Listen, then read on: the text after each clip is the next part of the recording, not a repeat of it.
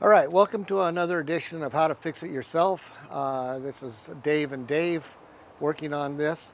So today we're going to be working on an Expedition 215, 2015 with an EcoBoost engine. And it turns out that that's an important piece of information when working on the Expedition as to whether it's an EcoBoost or not. Things are a little different on the EcoBoost. Just as a upfront piece of information, the EcoBoost uses direct injection fuel injectors.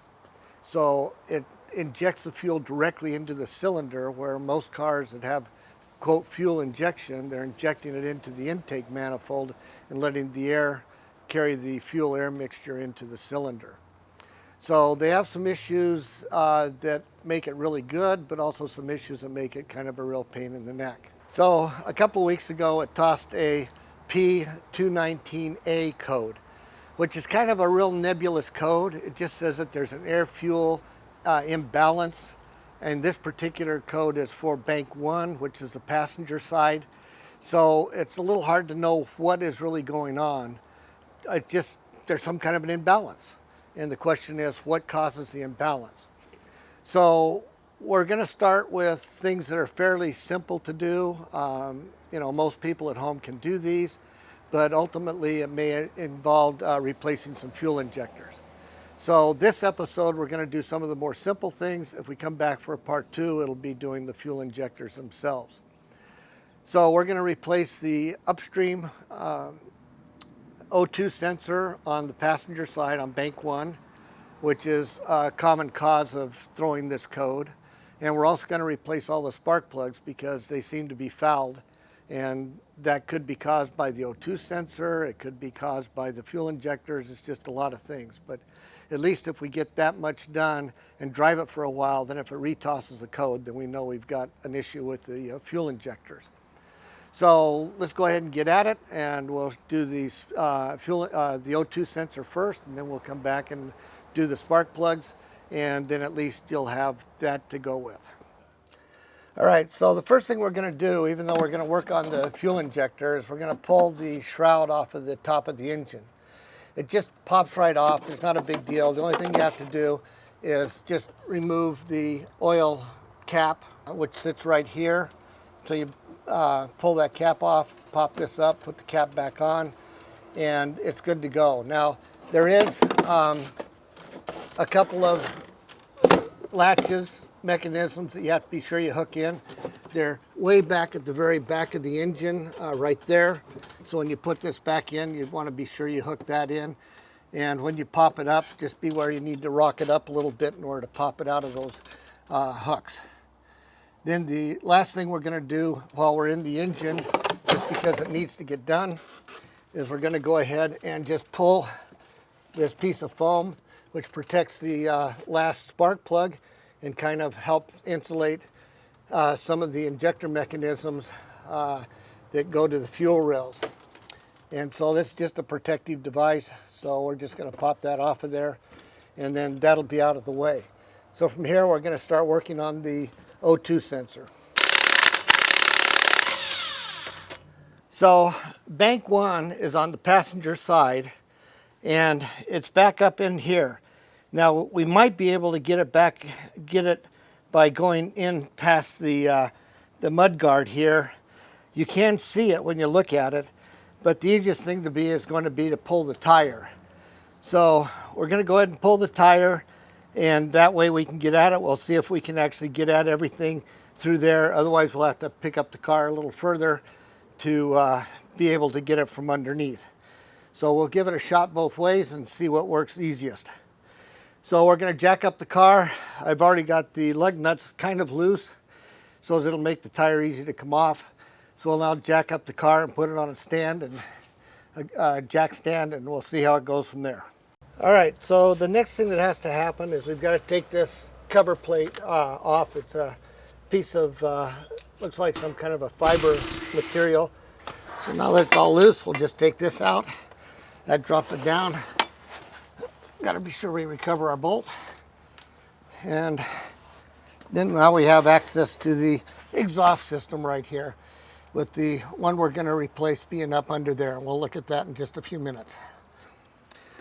So this was clipped using a zip tie, which you can see right there that it had a zip tie, and that was wrapped around these two.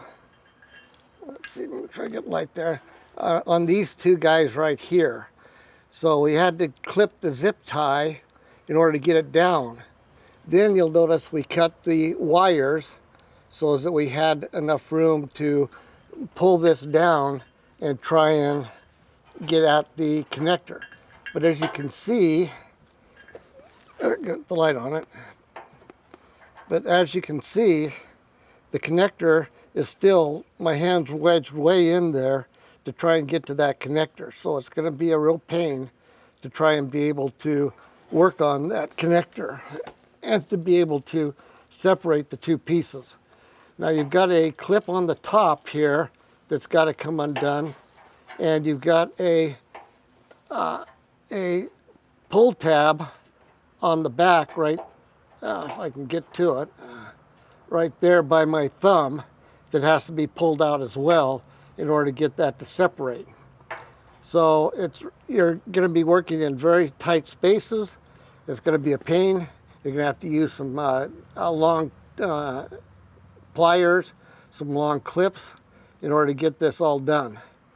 But, you know, eventually, if you're just patient and work slowly at it, you can do it without, you know, breaking anything. So that's what you're up against. And this is the part that went in there. You can, oops, turn around here. So you can see the little tab on the top there where that was clipped on the top there. So that'll kind of give you an idea of what you're up against when you're trying to deal with the wires and get this wiring all put together again and taken apart. So good luck with that. You can do it. It'll work real well for you. Just be patient and make sure you have some tools that have some long handles to them. So we've gone through how to take the wire harness off and the connectors and the issues relating to getting at the wire harness. So one of the things that's going to be important to do, or make it easier, your life a lot easier, is to go ahead and cut the wires. You don't need the old wires, and it just makes it a lot easier to move things around to get at all the clips and everything that you need to do. So we cut the wires, and that made things work a lot easier in terms of getting at things. Now, you're not going to use this tool, but it's a great pointer. So the O2 sensor sits right about there, and it's tilted a little away from where the screwdriver is. And so you can kind of get at it from this side a little bit after you take the tire off and the interior wheel well. And you're going to also have to work underneath. So you're going to have to go back and forth because some of this stuff works well from this side, some of it works well from underneath. And it took both of us, Dave and I, quite a bit of effort to get it loose. You can see from the, oops, you can see from the damage done on this, you know, from the way it's bent and how the hex head is all mushed over, that it took quite a bit of effort to get this out of there. Some of these can be a real bugger and very, very difficult to get out, depending upon how crudded up they are from not working properly. We also sprayed a lot of penetrating oil on there and let it soak for a while, but finally the thing that made the difference was we heated up the exhaust pipe. Now, if you heat it up properly, the pipe will expand, loosening the grip on the threads. But if you get this hot, then you're just expanding both of them and it's not doing you any good. So clearly, what you want to do is get your torch and heat on this side a little bit away from the sensor, and it doesn't take too long. You need to heat it for 20-30 seconds, maybe a little bit longer than that, and then let the heat dissipate and form around the pipe, and that'll expand the pipe. So after you get through heating it, give it a couple of minutes to equalize the heat around, and then you can get this off. And that's what we finally had to do to get this to finally come off, no matter how hard we tried. The other thing that made a real difference for us in getting this off was this is the tool we are normally using, which is a great tool for dealing with most O2 sensors. But these upstream O2 sensors on bank 1 are always a real nightmare to get to in any car that I've ever worked on. And so we finally found this guy, which is just really nice for getting in there and being able to work without having to have a separate extension and ratchet and all that makes it so you can't quite get the torque on there that you would like. So we'll put the link to this down in the description below. But that's what it finally took to get this all pulled apart. Now, of course, when you put this back in, you can't clip the wires or anything like that, and you're gonna have to mostly work from underneath. You might be able to get a better start on it from up here under the wheel well in terms of starting it. So when you put this in, it's gonna go in at about an angle like this. And from underneath or on top, you've got to be sure that the wires go down underneath. Then you want to be sure that as you twist this into the exhaust manifold that you're turning the wires at the same time. You don't want the wires to be twisting and getting all bunched up and twisted around and all messed up, you know, because you're not turning them at the same rate. Because you want to be careful about, you know, what happens down in this area while you're putting that together, because that's going to be bent pretty hard once you're up into the exhaust area for where this thing fits.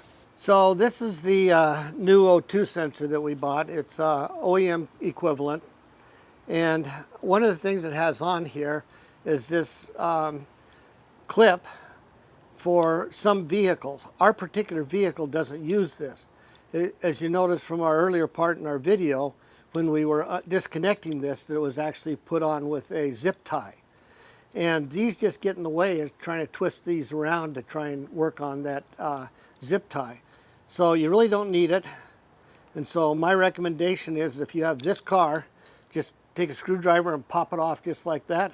And then it'll make your life a whole lot easier as you twist this and turn this around, trying to get it seated into the connector.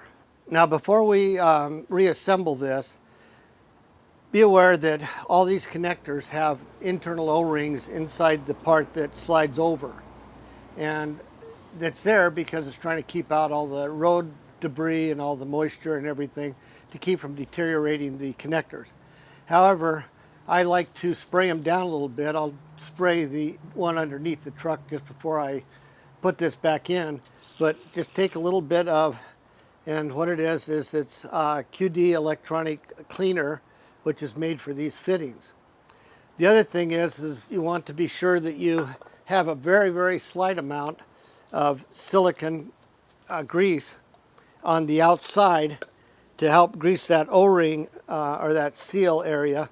So you just take just a little bit, put it on there, kind of wipe it. That'll make it assemble a lot easier. That'll grease the O-ring and allow that to slide together. And then more importantly, when it's time to take it apart, you'll know that it'll come apart a lot easier. And that'll help seal up, you know, and make sure that that O-ring is working properly and keeping the dust and dirt and water out of your connector. So when you put this back in, one of the other things you want to keep in mind is that it's a real good idea to put a little anti-seize on here. Now, this came from the parts house with the anti-seize on it. I'm not sure what anti-seize it is. I like to use the nickel anti-seize. It's a much higher temperature and has a better life to it. But you'll also notice it has a crush washer here. So when you put this back on, you want to be sure that you give it a good extra oomph when you put it in to be sure you crush that washer, and that's what makes your final seal on your exhaust pipe. And you certainly don't want to have any little tiny leakages on your exhaust pipe. So those are some guidelines for you to kind of help you out in putting this thing back together again. So we're going to go ahead and put it all together again, and then we'll get back at you after that. So I'm twisting the wire down here while you're doing that up there.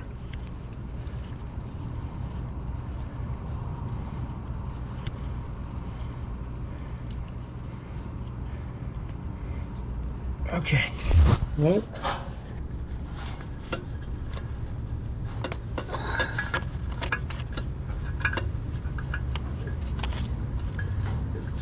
There it goes. Okay. All right, so we're trying to get the connectors back together again. You can see there's not a whole lot of room to work. And so we're just trying to remember there's a directionality to it, that this little clip has to match up with the hook clip up here on top. So we got the we're putting this together. You can see how it's starting to slide together. We need to push it so that it latches completely, and then after we get it all latched, it just slides up underneath those two silver harnesses right there, and kind of is held into place by those silver harnesses. You can put a zip tie on them if you like. We're not going to do that at this point. Don't see the real need for it because it'll hold in place just fine. And then we'll just tuck the wire back up underneath all of this stuff so that it kind of holds all of it in place. So that'll kind of wrap up getting our O2 sensor installed.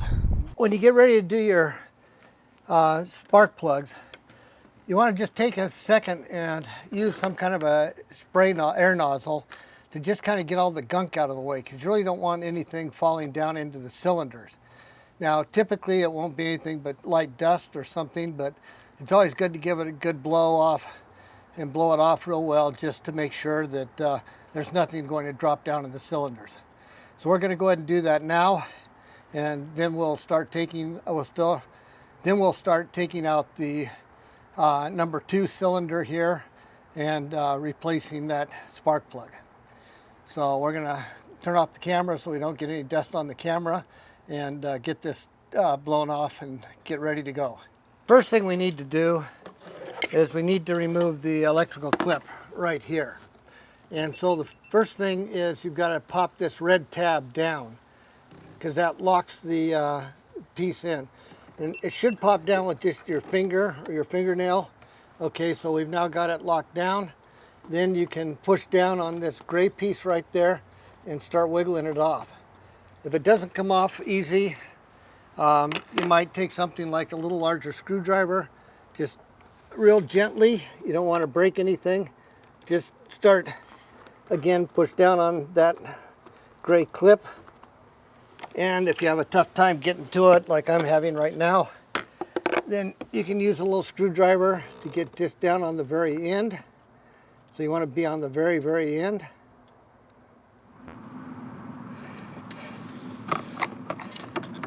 You're going to have to get out of the way a little bit there, Dave.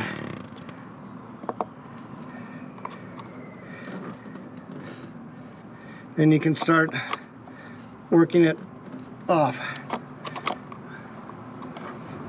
Oh, there it goes. I heard it click, and now it slides off. All right, so that takes care of getting the electrical clip off.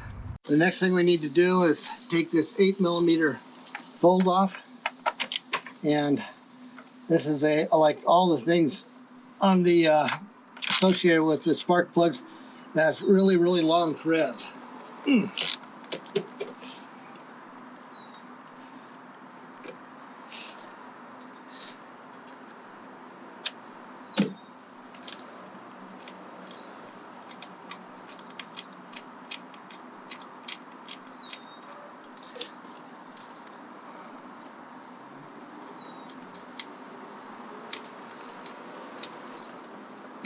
All right, so now the coil assembly, you can just start working that out, and that comes right out. So that's your coil assembly. We're going to go ahead and replace this. Apparently whoever put it on last kind of jammed it in there, and you notice that they've kind of crunched up the seal surfaces right there. So that's one thing to be cautious about when you put that back in. We'll show you a little bit more about how to take care of that when we assemble this. Your tendency may be to want to put kind of impact wrench or something on there to drive these things out in the end to keep from having to turn so much. But I really discourage that. It's a good way to break off a spark plug in the hole, and then you've got a real problem. All right, here comes the spark plug out, and this one isn't too bad. It's carboned up a fair amount, but you can see that the end of the iridium tip has been worn down a fair amount. It's got a bigger gap than it should have. So we're going to go ahead and replace that. So when I put spark plugs in, I like using nickel anti-seize. It's probably one of the better ones in the copper or the plain anti-seize. It's a much higher temperature one. Now, the manufacturer as well as the dealer will tell you that they've got special coatings on the end of the spark plug, so you don't need anti-seize. I found that to be not quite as reliable as putting anti-seize on there. It makes it a whole lot easier to get in. I like the nickel because it helps improve the electrical conductivity, which you need. However, you've got to be careful using it. So when you put it on, you want to be up at the very top part of the threads and just get a little bit on in a few spots. Then go ahead and run that around with your finger and go ahead and work it down a little bit. But you want to be real careful that you don't get any on the very tip. So, you know, as we're getting down there, and so we're going to be good with that. That'll help make that come out a lot easier and will give us the conductivity that we need. So let's just drop that spark plug back in there.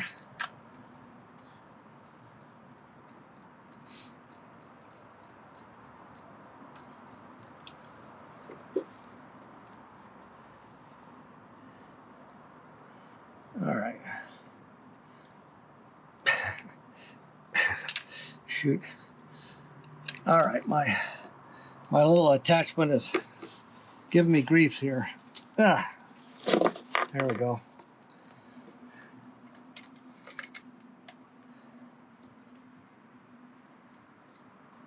Okay. So you want to get it down to where it's finger tight, and then you want to give it, it's on a taper, so you don't want to give it, overdo it. It's not like you're trying to hit a crush washer. So you want to go ahead and give it just a good, maybe an eighth of a turn, maybe a quarter of a turn, somewhere in that area, just so it's really snug in there. All right, we get ready to put the coil back on. There's a couple of things we want to do. One is we want to make sure we have good electrical conductivity.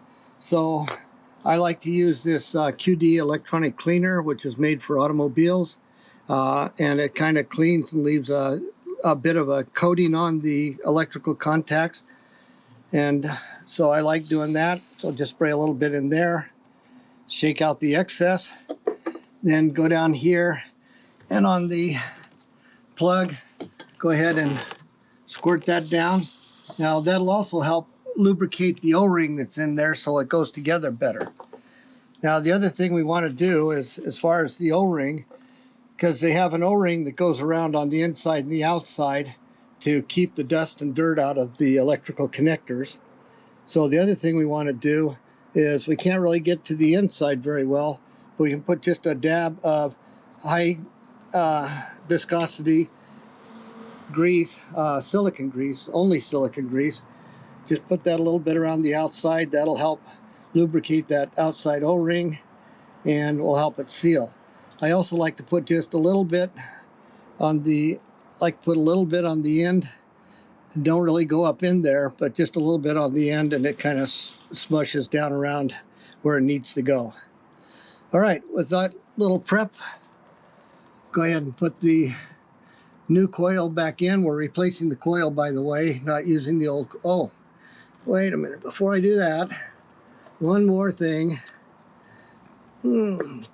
Remember we talked about how they munged up this seal here, and I almost forgot, but we also put just a little bit of grease around this seal here and this outer seal here, and that just makes all the assembly go so much nicer.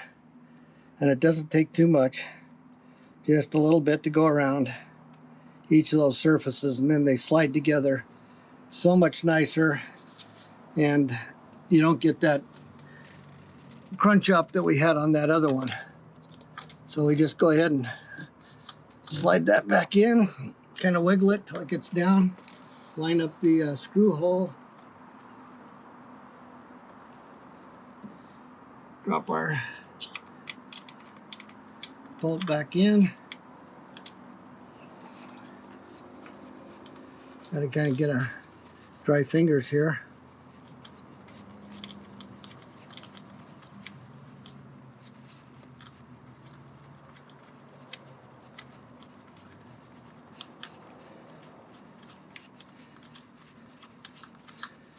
All right, now we're gonna go ahead and tighten that on up.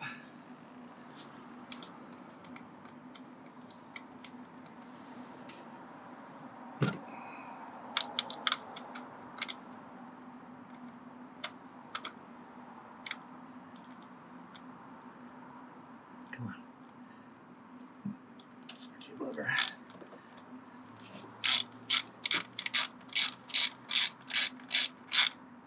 Now, again, remember you're dealing with plastic parts, so you don't need to get too rigorous on it, but just give it a good little twist there. And then slide your connector back on that you've already prepped. Make sure it clicks. So we finished replacing the spark plugs and buckled up the engine, put all the pieces back in place. You saw how we took them off, so it's just doing the reverse to put them all back together again. So just in a kind of a quick summary, we tossed a P219A code. Now, do not confuse that with an O219 code. They're two different codes. So it's a P219A, and that is an air-fuel mixture issue on bank 1, which is the passenger side bank. And there's a variety of things that could be being caused by. So typically it's one of three things, as we discussed a little earlier. It could be the fuel injectors themselves, it could be the spark plugs, it could be the O2 sensors. Typically when any of the first two occur, it takes out the O2 sensor, so it's always a safe bet to replace the O2 sensor. As you can see from our video, it's a real difficult operation to try and get that O2 sensor out. It might take some special tools and a lot of patience, but if you just stick with it, you can certainly get it done. It's not something that requires any special knowledge or anything, just persistence to work through the issues to get that replaced and put back all the wiring and put back in place in the right way. Then we went and decided to go ahead and replace the spark plugs. That gets 2 out of the 3 taken care of. So we've cleared the codes, so we're going to drive the car for a while and see if it tosses the code again. If it does, then that means we'll need to do the fuel injectors, and we'll make a video of that. If you don't see a part 2 come up on the item, you know, where we are replacing the fuel injectors, then hey, we got it done with the 2 replacements that, you know, are the most common. The P219A is a frequent problem with the Expedition, with the 215 Expedition, but it's common on all of the Expeditions, so it's something that you might be running into. All right, so hopefully that kind of gives you one quick overview of what we did, and you can look at the video. Please note all the little refinements that we put in there as to things that will help make your life a little easier as you work on your car.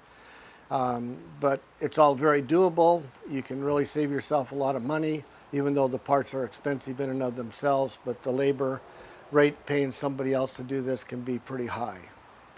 So thank you very much for your time. We appreciate you viewing our channel. Be sure you hit the thumbs up and to hit the subscribe button if you haven't already. We'll put a list of the tools and the parts in the description below, and we'd appreciate it if you'd buy through our links. That really helps us out a lot. So thank you very much and have a good day.